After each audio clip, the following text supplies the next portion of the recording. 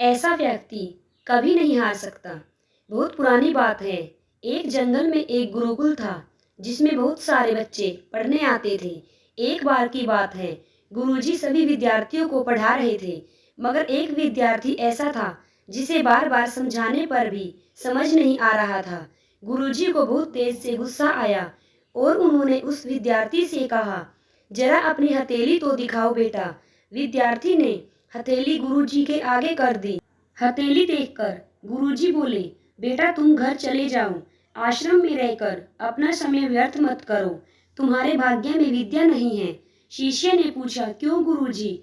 गुरुजी ने कहा, तुम्हारे हाथ में विद्या की रेखा नहीं है। गुरुजी ने एक होशियार विद्यार्थी की हथेली उसे दिखाते हुए कहा, यह देखो, यह है विद्या की रेखा।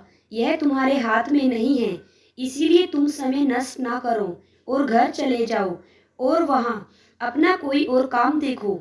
यह सुनने के बाद उस विद्यार्थी ने अपने जेब से एक चाकू निकाला जिसका प्रयोग वह रोज सुबह अपने दातुन काटने के लिए करता था। उस चाकू से उसने अपने हाथ में एक गहरी लकीर बना दी। हाथ में खून बहने लगा।